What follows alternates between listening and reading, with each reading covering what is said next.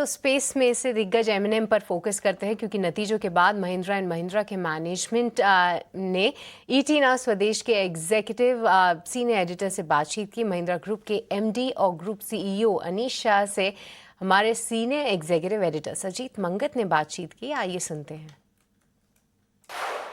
नमस्कार, आप देख रहे हैं ईटी नाउ स्वदेश और मेरे साथ आज जो जुड़े हैं वो एक विशेष गेस्ट हैं, ग्रुप सीईओ और एमडी महिंद्रा ग्रुप के अनीश शाह। अनीश जी नमस्कार। ईटी नाउ स्वदेश में आने के लिए धन्यवाद।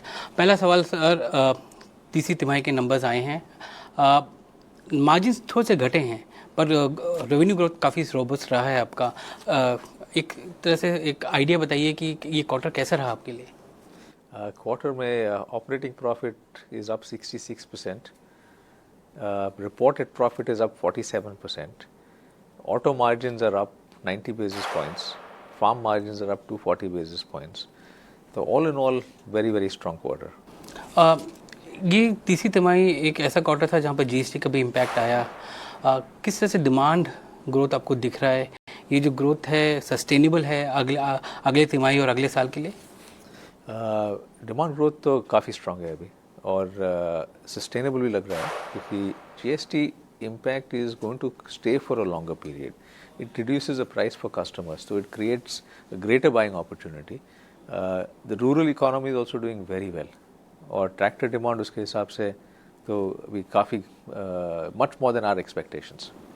सर पिछले साल तो एक डबल बूस्ट था, आपको इनकम टैक्स कट्स आए, फिर जीएसटी कट आया, फिर आरबीआई ने रेट कट भी कट कर दिया जिसकी वजह से काफ़ी इन हैंड इनकम जो बढ़ा है। जो आपके जो कस्टमर्स हैं क्या हाई एंड की तरफ जा रहे हैं या लो एंड कार्स ले रहे हैं? दोनों, क्योंकि there are some customers who are coming in for the first time and buying cars. There are some customers who are upgrading. So more money in hand is helping the economy across the board, not only for automobile.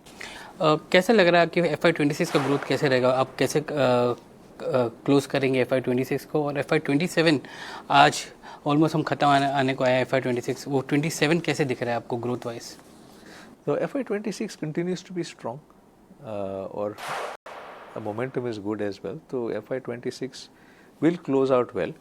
FY27 for farm will be good overall, but it's not going to be at the kind of growth numbers we have right now because the growth numbers for the farm business is way above anyone's expectations. But we continue to deliver very well and perform very well, and that is what we look at. Even when the auto market was growing 5-6% a year, we continue to grow much faster than that, and that is something that we continue to aspire to do and take market share and be able to drive higher profitability for our businesses.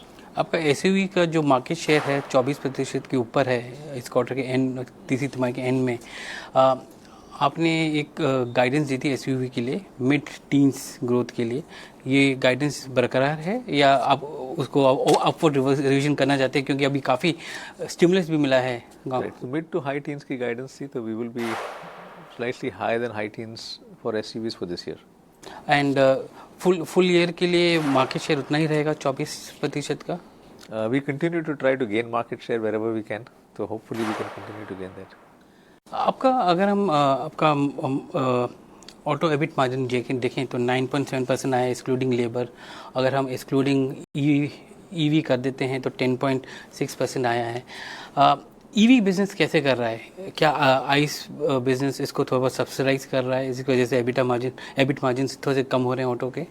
EBIT margin कम है क्योंकि high depreciation comes in at the start of the model, तो over time as volumes grow in EV the margins will be similar to ICE as well.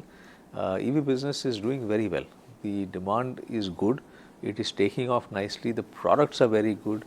Customers like those products a lot, and therefore EV will continue to grow and will be a very significant growth driver for us.